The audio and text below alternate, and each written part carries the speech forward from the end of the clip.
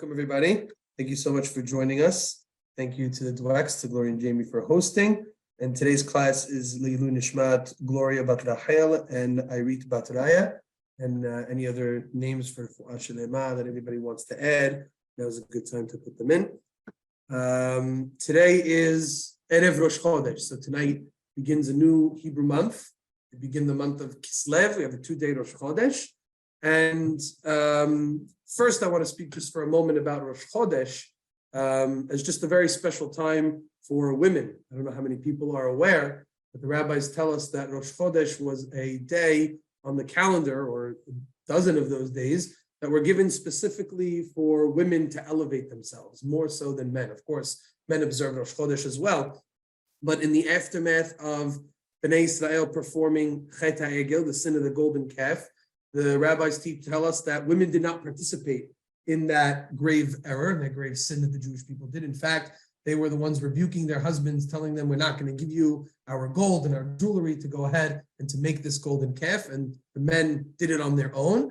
And as a reward for women not participating, God gave 12 special days, 12 Rosh Chodesh every year, for women to be able to celebrate. There is a tradition that many women have, not all people practice it, but where women don't do any manual labor on Rosh Chodesh, they don't knit or sew or clean or things like that, and they spend the days in prayer and in performing mitzvot and in charity and kindness as a unique opportunity for women to be able to connect to Hashem. So each one in their own way can try and adopt a practice maybe on Rosh Chodesh and be cognizant of Rosh Chodesh, and hopefully make the upcoming month a very special and important one. So on that note, we're ushering in the month of Kislev. I wanted to talk about a theme and idea that I think we could be thinking about and trying to implement in our own lives throughout the month of Kislev. Every month has sort of its unique personality and idea to kind of grab onto it. So what is the month of Kislev sort of synonymous with? The holiday of Chanukah. And that takes place at the end of the month. We have a couple of weeks leading up to it.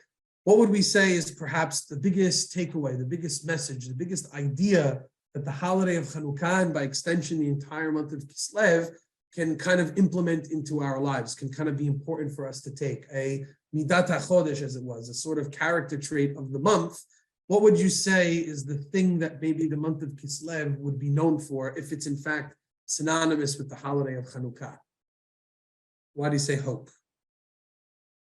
We were outnumbered, and we thought we had no shot. And I know it's the holiday of light, but I don't think just not in the menorah light word, in just like a new day. Okay, so the idea of hope, bringing in new light, shedding light on the darkness that exists in the world. Certainly, it's not a coincidence that Hanukkah takes place during the dead of winter, when the days are the shortest and the darkness is the most. That we sort of bring a light onto the rest of the world, and a hope for the future. Good over evil. The righteous over the wicked, etc., etc. So in a world that definitely is a very dark world in so many different corners that we look, the opportunity to try to bring some light and positivity and spirituality to that is is something that definitely the month of Kislev could be very well known for. Any other ideas about the month of Kislev? Great.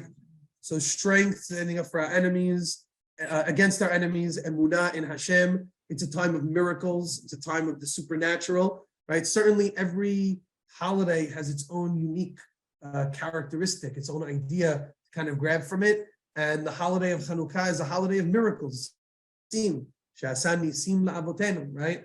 So if there's ever a time during the year in which a person is in need of a miracle or is looking towards a miracle, certainly the month of Kislev and the holiday of Chanukah is a time to rely and lean upon God for all of the miraculous things that he's able to do. I think that's a great idea. So far, we have hope, we have miracles, we have emunah in Hashem. I think a lot of these things, though, could also be applied to a lot of other time periods of the year as well. But I think they're very much, important and synonymous with Kislev and Chanukah. For me, yeah. Okay. no hope. I'm saying I never feel hopeful, but like also like imagining and realizing that there is a way to pass. Even though it's confident, there is something on the other side and you can get through it. Great. So overcoming obstacles, looking at what Bnei Israel had to look at, what the Maccabim had to look at against this massive Greek army that outnumbered them, that had better weapons than them, were better trained than them. And here come, these this ragtag group of Jewish heroes to try and stand up to them and overcome whatever obstacle was thrown towards them. Definitely another very important idea that we could grab from Kislev and Chanukah. Little effort, Hashem does the rest because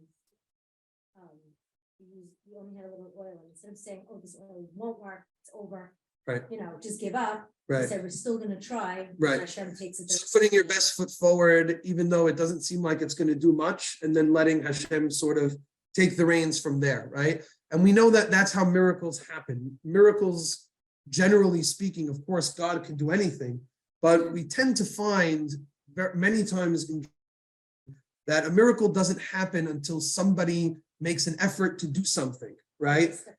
Exactly, right? So I'll give you an example. In last week's Haftarah, we read about a destitute widow in the Haftarah, where she doesn't have anything to support her family. She has a lot of creditors. And Elisha Hanavi comes to her and says, do you have anything in the house? She says, well, I have this little jar of oil. Oddly enough, right? Same kind of idea. And he says, okay, that's great. I want you to get as many empty jars as you possibly can from the neighborhood. And she goes together with her children and fills up the house with empty jars. And Elisha says, okay, now start pouring. And she starts pouring, and that jar of oil that she had starts to fill up all of the jars throughout her house without any detraction from the jar that she has, until she fills every jar in the home. And Elisha says, is that all you have? She goes, that's all I gathered. And he says, okay, now sell all the oil, take the money, pay off your debts. You'll have extra to be able to support your family, and you're good to go. But you notice in that miracle, she had to what? She had to start with the little jar of oil. She had to begin with something substantial. She had to be willing to have a starting point that she's willing to contribute before God can open it up and make a tremendous miracle. In fact, we have an interesting halacha. I don't know if I'm sure your husbands have told it to you at some point, or I hope they have. But at the end of the meal, when we make birkat hamazon, you're not supposed to clear all the bread off the table. You've heard this halakha before. It's always happened that somebody has tried to clear it off, and the husband's like, no, don't take the bread off the table. You're supposed to leave the bread on the table, right? Where does that halakha come from? It comes from the idea that anytime beracha, anytime blessing is going to be bestowed by God onto something, it has to have a starting point. It has to have a beginning that you contribute before blessing can go ahead and be bestowed upon it. And God can increase that blessing exponentially. And so it exists in that story I told you of the widowed woman. And of course, it expands to Chanukah as well. They had to make a sacrifice to fight that battle, to preserve that jar of oil, and to be willing to light that jar of oil, knowing that it likely was not going to last. Not relying on the miracle, but saying we're going to do what we can, and whatever Hashem provides, Hashem provides. But that human initiative has to be there in order for God to say, okay, you've sacrificed, you've made your effort, now I'm willing to go ahead and bestow a miracle. Perhaps the best example of this is the splitting of the sea, Kiryat Yam Suf, where the Jewish people are standing by the shores of the Yam Suf with the Egyptians on their backs, and they're crying out to God, and God says, don't cry out to me, go, get into the water. And of course, the famed Nachshon ben Aminadav jumps into the water as far as he can go before God goes ahead and splits it. God was telling the Jewish people, you can't just sit back and wait for me to do everything. You need to push the envelope forward. And if you make that sacrifice, if you make that push, I'll add to it. So I like that idea as well when it comes to Chanukah. Anything else to add before? Because it's funny that nobody mentioned the idea that I thought about. Okay, so what I thought about and what I'd like to speak about a little bit more today is the idea of what we'll call in Hebrew Zehut Yehudi, which means Jewish identity. Or in a negative term, we'll say assimilation. And that's something that I think really stands out uniquely to the holiday of Chanukah and to the month of Kislev. And something that I think really does tug at the heart of American Jews, such as ourselves. unfortunately, there is a silent Holocaust going on in the world today. And we only wake up and only open our eyes when it's a physical Holocaust or physical anti-Semitism that is going on in the world, because that is very easy to see. It captures our attention when we see Jews being attacked physically or brutally. We had terrorist attacks this morning in Jerusalem, and it's terrible to watch and to see bombs exploding and gunmen coming out. And all of that is very clear to our eyes. And so we're aware of it, and it motivates us to be sprung into action. And we want to do something, we pray, we call, we this, we that. We're very aware of those types of anti-Semitic attacks on Jewish people. What we're somewhat not as aware of is how much the culture around us is attacking Jewish people and Jewish identity from a very different angle, a more subtle angle, a more hidden angle, one that is even infiltrating our own homes and our own community. Baruch Hashem, our community does a lot to keep it out, but it's even able to find its way in with technology and everything else. And that is the idea of assimilation, of attacking Jewish identity and Jewish values and changing our culture. And when you look around at America, America has a 76% intermarriage rate amongst Jews. In France, it's 85% of an assimilation rate. It means that only a quarter of the Jewish people that we have in America are still maintaining their Jewish identity and their Jewish roots and their observance of Torah and halakha. And that is a very, very painful statistic. And it's an eerie, goosebumpy number when you hear that more than 6 million Jews, we're up to almost 10 million Jews, have intermarried in the course of their time here in America, right? Which means double the amount of Jews who died in the Holocaust are experiencing a spiritual death here in America, because they're no longer identifying as Jews, they're no longer practicing Jewish values and ideals, and they're no longer observing any real construct other than perhaps the occasional, Jewish mention or their last name or something like that. Really, Judaism as we experience it daily is not what it is outside of this community, and it's dying at a very, very fast rate because of the allure and the power of the American culture that is around us. And this is something that is much harder to identify. It's not something that we're talking about as much, but it might even be a more serious problem than the problem of anti-Semitism, which we've been talking about for the last number of weeks. It's because it lies very much hidden beneath the surface and might even be in our own lives and in our own homes more than we would care to potentially admit. So, once upon a time, we had, friends who were the children of immigrants who came over, right? You had first generation Americans. And you can remember that, first generation Americans still hold on to their roots very much. They have parents who are from the old country, parents who might not speak English. They themselves are bilingual, Arabic and English, and they still have all of those roots. But now we've gotten to the point where in 2022, most people in our community are third, fourth, maybe even fifth generation American. We've pretty much abandoned our Arabic lingo. We know a couple of words kind of here and there, but how much of the old country, so to speak, do we practice on a day-to-day basis? Very little. And as a result, we've been fully Americanized. We've bought in, and as every Jew has over the course of 2,000 years of diaspora, of exile, we've assimilated and acculturated into the place in which we live. And it's only natural for human beings to do that. Human beings want to fit in. I told the story to my students when I went to study in yeshiva in Israel.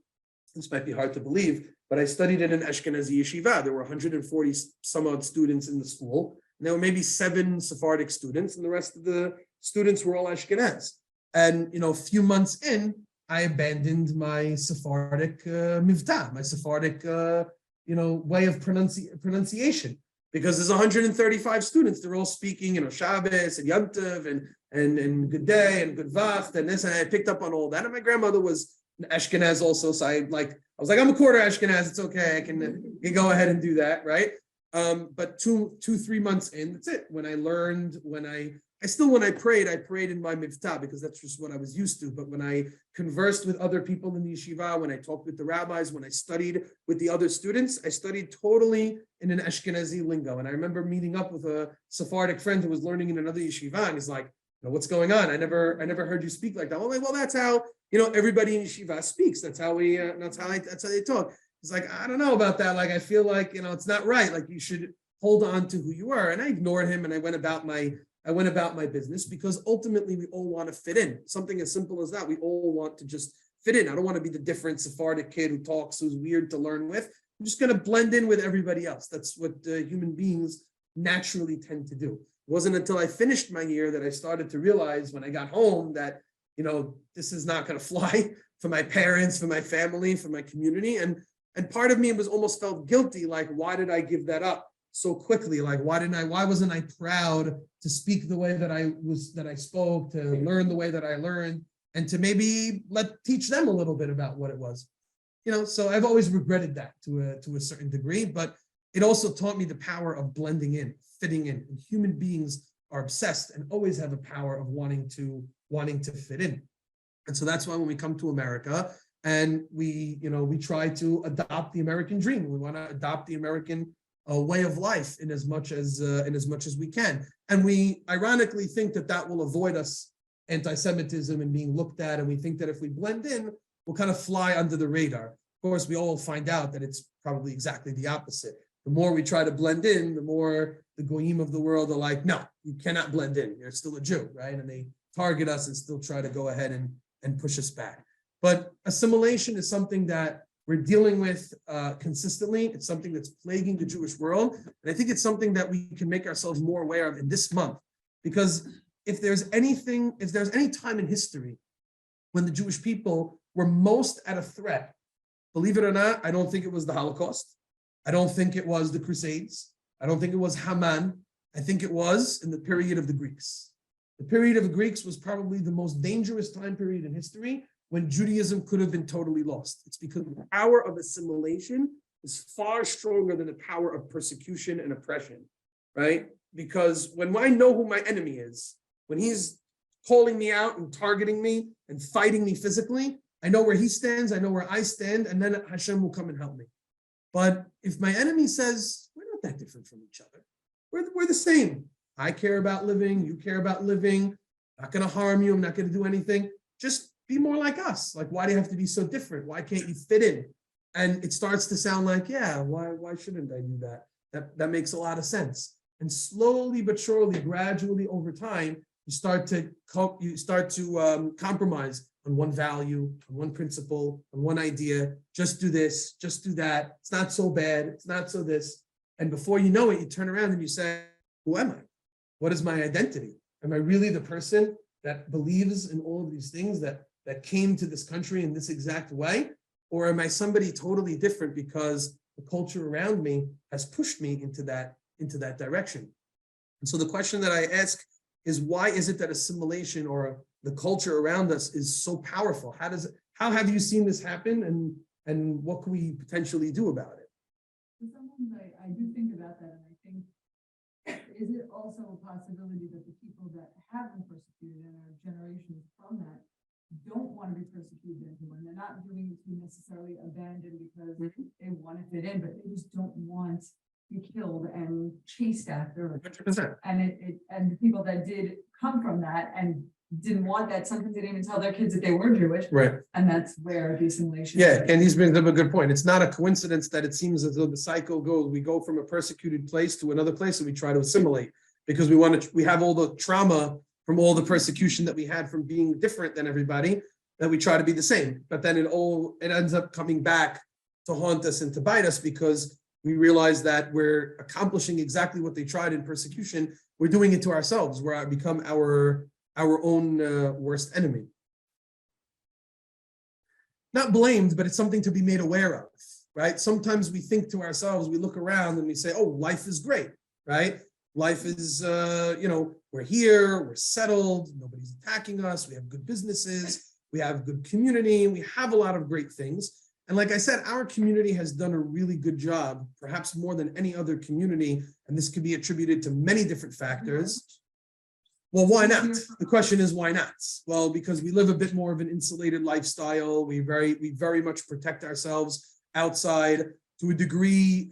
We're a little bit cautious of foreigners. We have certain practices in our community that for better and worse, have given us some positives and some negatives, but certainly it's undeniable it has protected us against some of the ills that have plagued many of the Ashkenaz communities spanning the global, the United States, right? But when life is good, is luxurious, when life is comfortable, when you settle down and when you realize, oh, I'm okay. I go to shul here, I do this, I do that, I celebrate this holiday, maybe not to that fullest extent, et cetera, to just sort of dismiss how much assimilation has affected us and how much it's starting to erode. And the trick with it is that sometimes for us, we look at it and we say, oh, we're still pretty Jewish, right? But we've allowed assimilation to erode certain things that'll only get worse with our children, and that'll only get worse with our children's children. So each generation that goes through the assimilation filter will continue to wither away more and more and more, to the point of who knows what we will be 4, 5, 6 generations from now, should the trend and the patterns of what America has done to us continue, right? So what do we do? I mean, I just jotted down a few things over here. Think about music, right? Think about what our children are listening to as compared to what we or our grandparents listened to, right? What are the words? What are the genres that they're doing? Maybe we don't want to think about it as much as, huh? Right. I mean, things we grew up, with the Backstreet Boys and Insane, and that was already like pushing the envelope, but that's like tame compared to what's going on over here. That's like, yeah. And when we talk about this with students, they often don't even realize what's going on. They're not keen on the words. They're not paying attention. Rabbi, it's just a good beat. It's just good music. It's just this. It's just that. So I once did an exercise. I actually printed out the lyrics to a rough song, and I just had them read it, and I didn't have them sing it. I didn't even tell them it was the lyrics to the song. And they read this like, Rabbi, what are you giving us to read? I was like, this is something that's on every single one of your phones, every one of your iPads. You're listening to it constantly, right? They're like, wow, well, listen. They're not even cognizant of what there is. But then I think on the opposite side, how averse some of our students are to pizmonim, to singing on Shabbat, to listening to the Chazan pray, if it's not, right? So you look at what music has done, the music of America, and how we've assimilated that, and how much we've lost as far as what Jewish music has evolved to be. So now what our Jewish music does is it says, okay, if I can't beat them, join them. So now our Jewish music has to mirror the non-Jewish music so as to get people to go ahead and catch on. The truth is, I can't blame them. Again, do the best you can, and if you can make it work, then make it work. But look how we've lost that appreciation for some of the things that our grandparents went ahead and had. Dress, language, holidays. I mean, look, tomorrow we're going to celebrate Thanksgiving, and I'm a very big proponent. I'm a believer in celebrating Thanksgiving. I take the approach that it could be a very Jewish experience. Soloveitchik used to celebrate it. My rabbis were very keen on celebrating it. It was an important day to have off, to spend time with friends and family. I'm not one of those people who says I'm against it. But to the extent that some people observe Thanksgiving more than they do some of the Jewish holidays, like the rigidness of the laws of Thanksgiving, the halachot of the day, of what you have to eat and how much of it you have to eat and what position you need to eat it from and what games you need to watch. I mean, it's like if you took away Thanksgiving, people would, I think, protest if you took away Thanksgiving before if you took away Shmini Atzeret or something else. Like, you know what I mean? So that has to alert us to something. It's fun, and again, like I'm fine with it, but you have to stop and think to yourself: have I gone to a point where I've crossed the line into which I'm actually more excited and more, observant of things that are not part of my culture, that are foreign to my culture, than the things that are actually really part of my culture? It makes us uncomfortable to think about it and a little awkward, and we shift around in our seat a little bit. But that, I think, is something that we all have to be aware of and talk about with our family members, to say, it's great that we celebrate this holiday, but let's also recognize it's part of an American culture. I became aware of this because I have 2 Israelis living in my house, and they have no idea what's flying tomorrow. They have absolutely no idea what's going on. This is like the strangest thing to them in the world, and absolutely the world. They cannot for the life of them figure it out. And I'm trying to explain it to them. And as I'm explaining to them, it sounds ridiculous as I'm explaining it to them. But okay, it is, they'll get it. They'll be very happy. But it's just remembering that it's still a little bit foreign to us. It's at least we should give it, it's fine to give it its due, but not more than some of the other things, and just be able to recognize what is and what isn't part of who we are as a Jewish people, as a Jewish identity. We can make it part of that. We can Jewify it, so to speak, by sitting down and making berachot and talking about thanks to Hashem. And that's something that we should do. One of the ultimate tragedies, I think, in American history is how they celebrate Thanksgiving. It went from a day to really give thanks to God to just a day of gorging yourself with food and football, right? That's basically what they do. So even they don't really experience it. So certainly we should not emulate the way that they celebrate it to that degree. We should definitely at least make it, if we're going to celebrate it, a day that fits within the framework of Jewish ideas. Another one that hits home for me because I love it, and I'm sure many of you and your children will love it, is sports, right?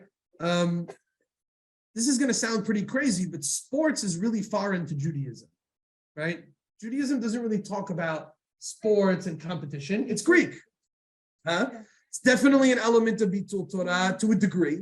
I think, of course, exercise, health are definitely concepts that Judaism believes very strongly in. But Rambam advocated for keeping one's body healthy, working physically, keeping one's body healthy is definitely not a question. But sports is beyond that. Sports is competition. It's I'm better than you. It's who can outdo the other person physically. Yeah, and also just sitting and watching others and from an entertainment perspective, for sure. So as far as playing sports goes, I think playing sports can offer a lot of great benefits. Definitely, if you're in a team sport and a competitive, teamwork, leadership, camaraderie, working hard for the other person, and just overall having a good time and healthy and exercising and building bonds and relationships through sports. I think those could be excellent things, great things. I still think they're somewhat foreign to Judaism because you don't find Jews prior to the Greek era really engaging in sport as a competitive thing. You don't really find it so much. It was definitely introduced to them by the Greeks, right? And it was introduced to them in a very interesting way. It was really introduced to the Jewish people in a way against Judaism, because it's important to note that when the Greeks played sports, they played it naked. They developed the Olympics. They played sports without clothes. Why did they do that? Because the Greeks believed in the beauty of the human body, in the art form that is the human body. And as a result, they wanted to promote the human body. Sports was a way to give emphasis to the human body, right? They rejected categorically the idea of a spiritual type of experience. They were more about what you can accomplish physically, how you can improve yourself physically, and how you could experience pleasure physically. It's no wonder what was perhaps the one mitzvah that Greeks could not tolerate about the Jewish people? Brit Milah, right? Circumcision was totally antithetical to the Greek way of life, because the Greeks said the human body is perfect. It's an art form. And Judaism said, no, we have to do something to the human body after it's born, right? And that stood in direct opposition, because Judaism said, you don't live for your physical self. You live for your spiritual self. Your physical self is merely a means towards the end of your spiritual self. And this clash between the Greeks and the Jews, which I think was brought about by sports, created a major tension that led to all of the uproar and chaos during the time of Hanukkah. To the extent that our rabbis record, and it's documented, that people tried to do something called moshech orlato. Jews tried to reverse their circumcisions. They did this because they wanted to fit in with Greek culture. They did not want to appear Jewish in that way. Ultimately, the Brit Milah is the biggest sign, at least in that time, of you are identified as a Jew. They tried to, they pulled the foreskin to try and reverse their Brit Milah. And the rabbis say, "Hamefer berito shel Abraham Avinu," somebody who nullifies the covenant of Abraham, that is the Brit Milah, en lo chelek leolam haba. Such a person has no portion in the world to come. It is ultimately the number one identifying factor of being a Jew and living a Jewish lifestyle, because it represents not living for your physical self, but living for your spiritual self. And this is what Greeks and Jews could not reconcile. They could not make that work. So the Greeks tried to say, look, Look at our beautiful lifestyle. The Greeks had so many beautiful things about their culture. They were pioneers in mathematics, in architecture. And how many people have ever been to Greece before? You've been to Greece before? Seeing the ruins probably doesn't do it justice, but Greece is a beautiful place. The architecture, mathematics, philosophy, medicine. The Greeks were ahead of everybody in the known world at that time in all of those different categories, and they brought tremendous advancements to the world through all of this. That Rambam adopted much of Greek philosophy, Aristotle, Plato, Socrates, into a lot of his Jewish thinking. He found them to be very compatible with some of Jewish thinking. Mathematics, Jews borrow Greek formulas and stuff like that all the time. So Greek, by the way, there's only one other language you're allowed to write a Sefer Torah in. You're allowed to write a Sefer Torah in Greek. You're allowed to, huh? Because the Pasuk says that Noah had 3 children, Shem, Ham, and Yefet. The Greeks descend from Yefet. The Jews descend from Shem. The Pasuk says, Yaft Elohim leYefet, beauty will be found amongst Yefet, v'yishkon be'aholeh Shem, and he will dwell in the tent of Shem, which is to say that Jews will adopt elements of Greek culture into Judaism, and Greek language and Greek writing was something that Jews believed a lot in, right? And so Judaism actually accepts writing a Sefer Torah in Greek is a valid form. Today, it's not, because we don't have the ancient Greek anymore. But the idea is that Judaism and Greek culture find a lot of compatibility, which is what made it so dangerous in adopting some of those elements that were against Jewish culture. One of the things that makes American culture, because American culture, by the way, is very similar to Greek culture. But one of the things that makes American culture so difficult for people to reject is that much of it does fit with Jewish thinking. The idea of America, freedom of speech, freedom of religion, giving people the ability to choose, being respectful. You look at the Constitution of the United States, it's built on Judeo-Christian values. It's all about, everyone was created by God and created equal in the eyes of God, and Tselem Elohim. So there's a lot there about American culture that fits and is compatible with Jewish culture. But then there's an element of American culture that is very much the opposite. It's the antithesis of Jewish culture. Americans and the idea of life, liberty, and the pursuit of happiness, but to American happiness is one thing. It's material wealth, right? It's being rich, it's having, luxurious lifestyle, it's being amongst the rich and famous. It's what our children are seeing in entertainment, with celebrities, with athletes. Why do you strive to be an athlete? Because an athlete lives large. An athlete has everything that a person could want to live a comfortable, luxurious, materialistic lifestyle, as do celebrities. You wonder, how did some of the celebrities, why are people taking their advice on things? They're not educated. They have no life experience. They know nothing about what it is to be us. And yet we put them up on this pedestal and we worship them.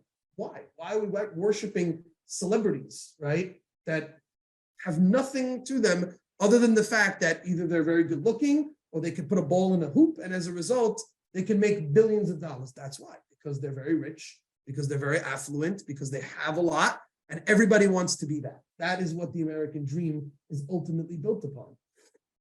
And Judaism rejects that. Judaism says it's very nice to have those things. And if God blesses you with those things, it's wonderful, and you could use them in so many positive ways to help people, but you are not defined by what you have.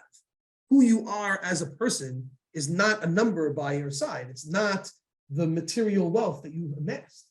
Who you are as a person is based on your essence, on your spirit, on your deeds, on how you help people, on your relationship with God. And that comes to people from all different types of ways. And so, how many people, if we asked our children, who is your role model? Who do you want to be? What would they say? What would their answer be? I think some of us shudder to think what our children would answer, right? Most of them, if they're a young teenage boy or a young up-and-coming boy, they'd say some kind of a pro athlete, maybe. If it's a girl, it's some kind of a celebrity model. I don't know. How many of them would say, I want to be Hacham Ovadia Yosef? We chuckle and we laugh because most of them probably wouldn't say. How many of them say I want to be one of their rabbis or something like that? Or just to be a well-respected community member? So I don't know. The point is I think that we're not always aware of how much the American culture is indoctrinating our children and our next generation into what they value in life, right? And what really is important about how they want to live. And it's no different than how our ancestors lived in the time of the Greeks, and how much the Greek culture pushed down upon them. And the rabbis tell us that many large percentages of the Jewish people Hellenized during the time of the Greeks. They bought the Greek culture lock, stock, and barrel. They told everybody it's not so bad, it's not such a big deal. These people want to help us. They want to enlighten us. That's another term that always other cultures want to use against the Jewish people. They often portray Judaism as old, primitive, outdated, right? And new cultures come in and we're going to enlighten you. We're going to raise you up. We're going to show you how to be refined, how to be great types of living people, as if our Torah doesn't do that because it's 3,000 years old. How could something that's 3,000 years old still be relevant to you in 2020, 2022? How could it still guide you today? It's a different world today. You can't. You have to change. You have to evolve. You have to update, right? And there are elements that we do work out within the modern world, but ultimately our Torah is pure and 100% complete and can guide us in all times and in all places. And the values and principles that they have are universal. They don't change. They get applied maybe a little bit different, but they never change. They are run the course of human history. So when another power comes in and says, oh, we're going to enlighten you, we're going to show you how you really should be, right? That's something that we have to categorically reject. But it's very, very hard to do that because we all want to fit in. We all want to be cool. We all want to be hip. And we tend to say, what's so bad about it? So my kid listened to this song. It's a nice idea, right? Or whatever. It's a good beat. It's cool, right? Or my child wears this. That's what everybody's doing. That's what's in fashion now today. Or my son talks like this, he uses this language and these words. That's what everybody says. That's how they do it, right? But we know that we as Jews have a particular way of speaking, of dressing, of acting, of celebrating, of listening to music. Our culture believes in certain principles and ideas that doesn't always fit with the outside culture. And so that's something that I think the month of Kislev brings in for us as we usher in this new month and we think about Chanukah coming up. When we think about the onslaught of the American culture against our values and the way in which we live, we have to think to ourselves, how do we balance, right? Again, some people have decided to take this approach and become so scared that they insulate themselves from the outside world entirely and don't adopt anything from it. And that's not typically the way we have been. As Sephardic Jews coming from other countries, we have not typically adopted that model. But we have to be very careful. We still have to have a filtration system. We still have to figure out what we're willing to bring into our homes and into the lives of our children, and what things we have to teach our children are not part of a Jewish lifestyle, even if it means being different, even if it means standing out, even if it means not being cool, so to speak. This is what we are, and we should be proud to be that. We should be ge'eh, as the rabbis say. We should be prideful of the fact that we have an identity that has outlasted everybody. Because where are the Greeks today? They're gone. Where are the Romans today? They're gone. All of these cultures that dominated the world, globally, are all gone. But Judaism still perseveres. It means we've done something right. We've done something that creates a legacy for us to be able to go from generation to generation. So why abandon that? Why lose out on it? It's something that we should be prideful about, even if it means that we're going to be a little bit different from some of the other people. Questions or comments or thoughts to kind of add to that, or ways? It's a struggle.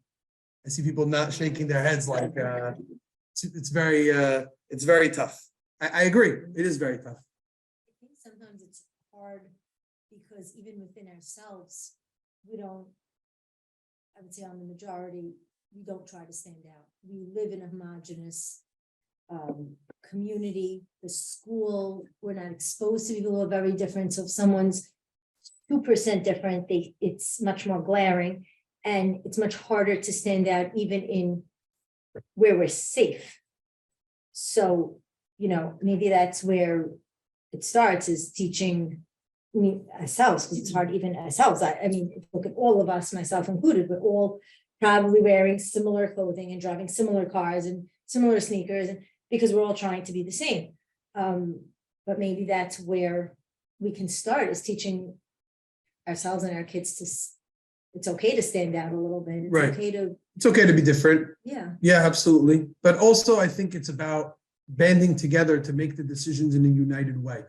To a degree, you're asking a lot from a child to change and to differ from now midway from all their friends and from everything that they've been seeing their upbringing. I think the key is having a strength in numbers, is unifying together with people to make small changes that make sense to them, right? That seem to advance themselves forward, right? But they are going to go out into the world as a single person. They're going Yes. to go to college or work. Or But knowing that they study have the or- support group behind them, I think is a big deal.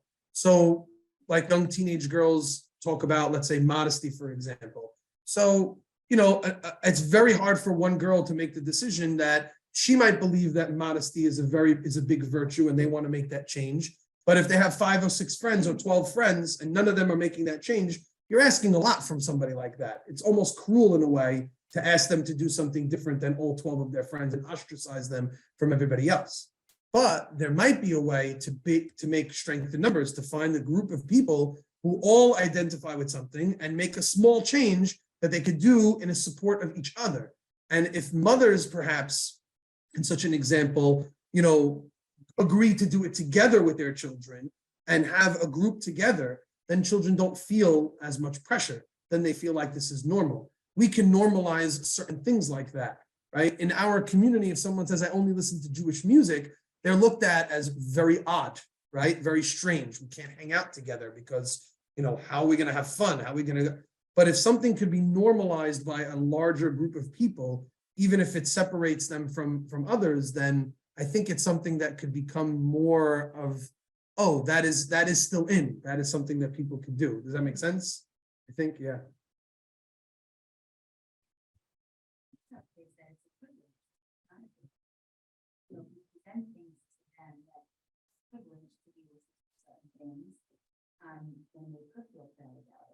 Right, 100%. You want to make them feel like they're continuing a legacy that has lasted for a very long time, and that these other things they're all the fads of the day. However they're seeing people dress, or however they're seeing people produce music or something like that, it's going to eventually change. But there's a certain legacy that you're going to want to be remembered for, and you're going to want to think about that when you get, on in years, right? So, and also just showing them, because I think young people are also very aware of what their values are. They just don't know how to apply it. When I showed them that song, they were all incredibly embarrassed that they listened to something like that. And they all said, I'm never going to listen to that song again. Now, whether that's true or not, I have no idea. I have a feeling they probably did at some point. But at least they were made aware of the fact that the culture is targeting them, right? They're being attacked. And again, their values are under siege, right? So the same way when somebody attacks us as you're a Jew and you're this, you're that, we immediately go on the defensive and we hunker down and, I'm going to protect myself. You should know that our values are under attack. Maybe, they want, the outside world is producing, a culture that is not the same as our culture is on these different levels. And that's something that we should be mindful of at the very least. Just to at least start being aware of it is already the first step. And then you start to see people saying, this is not who I am. I'm not going to want to do that. In, let's say, in yeshiva setting or even at a young age, especially in the beginning of your yeshiva, you're bringing this Quran, it's like this living experience for the kids, and you could really just talk about it at your that table about Abraham and Sarah, and they're real people, and you could talk about their characteristics, and it becomes a discussion. All the ages bring so many different points that they learn from school at the table, and now you're talking about it at home, and now your kids know that this is kind of what you're valuing, and then in school they also have role models. Right. Like they see these, rabbis or teachers, and they were regular people, that went to regular schools, and then they don't always see us like that, though. That's the difference. Sometimes they do, but ultimately, I think there's still this discussion, somewhat. somewhat, maybe a little bit, but still in the end of the day, they don't see that as the lifestyle for them, or they don't see that as being something that they could incorporate into their lifestyle. So I don't know. It's something that I think we're working towards. I think it's something that's getting better. Our community has started to now have a little bit of a change with homegrown rabbis, young rabbis, people who students can connect with, which I think is very important, but also that has to still, I still think that there's still some hesitation on the part of students to want to experience that life, jump right in. I still think there's a hesitation. And it's like very interesting for me to even see, from the high school girls, and I see it in the middle school girls. Yeah. Now that they have the classes and they're going every week, it's a very. It's great. It's great. It's very important, and being more mindful and being more aware for sure. The issue that will become the pressing issue is phone technology. That will be the pressing issue of the next decade. And that is because there's just one class that the students go to on a Tuesday night cannot counter hours and hours and hours of the outside culture being bombarding them to a point where their minds and their adolescent brains just cannot handle it. They're just not equipped. It's not fair. It's not a fair fight, to be quite honest with you. It's not a fair fight to expect students to have access to all of that and to constantly be seeing it and hearing it and living it, and then to say, but they should reject it all. It's, to a degree, it's not fair. It's difficult. I have a question I need to ask. It's a little on topic, but a little off the topic. You were saying about your speech and how it brings you holiness. Okay, cursing. Oh yeah. Right. Okay, so I flip out, even though I know everyone's doing it. They're like, not everyone talks. People we don't. Right. Okay, fine. So fine, they're at bay, but is it really as bad if it's something now in today's world, which I still don't agree with? It's part of your everyday sentence. Yeah, it's probably It's not worse. a curse in terms of I'm cursing you, but is it still a sin to use that kind of language? I talk all the time with students about foul language because they know, first of all, I'm even more extreme when it comes to that stuff. And the students know how extreme it is. And by the way, this is the key to taking it out. The key to taking it out is to be extreme to the extent that you don't allow certain things. I'll give you an example. I don't allow kids in my class to use the term G. So I don't allow. I know I can find some support in this group, but I've said it publicly, and I don't allow it. I'm adamant about it. But why? The students can't understand why. Like they try to figure out, like, why am I so crazy about it? Because that's actually the starting point, right? When you can clean that up, right? When students are aware of that, they're never going to use a 4-letter word that's not even in the same ballpark as it. So the nature of language is the further back you can go to refine it, the more it will clean up all of the other things before. So if you're only taking care of 4-letter words, but you could say Abot and Hadam and other thing, so you're really not cleaning up your language in the end of the day. What's the difference? These are all derogatory terms. So all of that has to get cleaned up. And you'd be much more sensitive. You don't even have to worry about the 4-letter. If you clean up the derogatory terminology that students use, it'll take care of itself on the other end. And what I try to speak to the students about is that your language is who you are as a person. What you say creates your human identity. And try to speak to them on the positive. The way, if you speak educated, refined, that's why I try to tell them, they're like, Rabbi, use such good big vocabulary words. And I do it on purpose for them. Why? I not because I'm trying to show up. I'm trying to tell them, if you speak in a polished manner, you raise up your humanity. You become more of a human being, because animals can't do that. And the more you talk like an animal, the more you'll act like an animal, the more you will be an animal, right? And so that's the difference. And when they see that contrast, it helps them. It doesn't work out totally, it helps them. But it's everywhere. It's in their music. They think it's cool. It's in their comedy. Yeah. I love the reason why I tell them they ask me, Rabbi, why do you love Seinfeld so much? Because he doesn't curse. It's one of the cleaner version, not totally, but one of the cleaner of comedy. It's more innuendo, it's more things like that.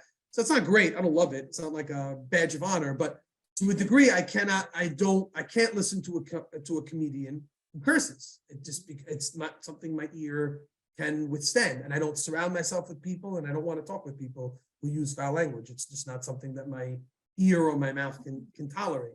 When they understand that, it makes it a lot better. But that's all part of culture as well. Rap music and all that stuff that tells you that cursing is cool, and they buy into it, and it's against Jewish values. It's something that it's very hard to, once it's ingrained, it becomes very hard to extract it out. Yeah, sure. And that's also because they hear their parents using the words at home as well. Yeah. I think if you explain it spiritually, it hits different. Spiritually, if you have those words on your mouth, you can't pray using that same mouth. Yes. That That works with girls. Yeah. Yeah. Yeah. That's It works with girls. It's not going to work with boys. It works with girls. And by the way, girls are it's becoming a weird trend. That's when you know the society is really breaking down with that. When it becomes acceptable for girls, like, because always boys were like, oh, we'll use the words, but like, you don't want a girl who's going to use that. We're not in front of the girl. When boys can use that language in front of girls and even want girls who use that language, that's how you know we're gotten to a really, really bad point. Really, really bad point.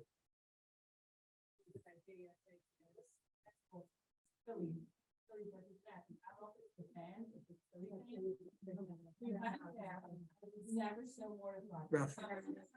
Moving out. Speaking here, strike player, gets the ball, the whole entire arena, you have word. Ben Simmons, or whatever the guy's name is, he used to be on, but the whole arena, and my son will look at me, and there's a bird that mortified, and the girl in front of me's like, guys, it's kids behind you, stop making out, get a room. Oh, And I'm like, and I'm sitting here trying to be forward to block it, was my daughter, like, Mom, I can't say, no. It's becoming hard to take his children to a random sporting event. Yeah, it becomes, it's a tough question. I don't want to be the one to tell anybody what to do or what not to do, but it becomes a big challenge to say, can we go, the rabbis speak about the Roman Colosseum and what used to take place.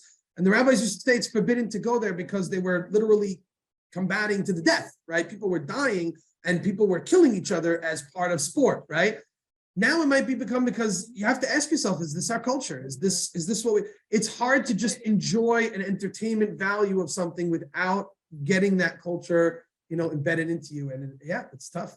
I don't know. I think you said it best. I have nothing to add. Hopefully we don't get that. But that's also, it's particularly damaging to me when I go to a sporting event of our own students, right? And I see students in our fan section saying things, right? Or I see the sportsmanship or lack thereof sometimes, or the way they treat the referees.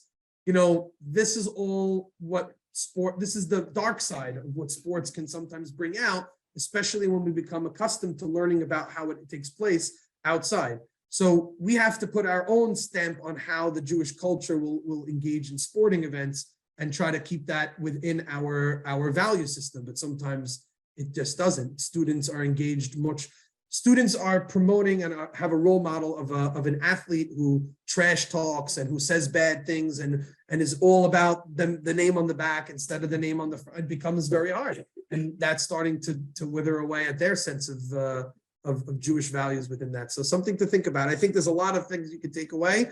We should start small, 1 or 2 things, but throughout the month, think about how your Jewish identity is important to who we are and is really the hallmark of the holiday of Hanukkah in the month of Kislev. Have a great day, everybody.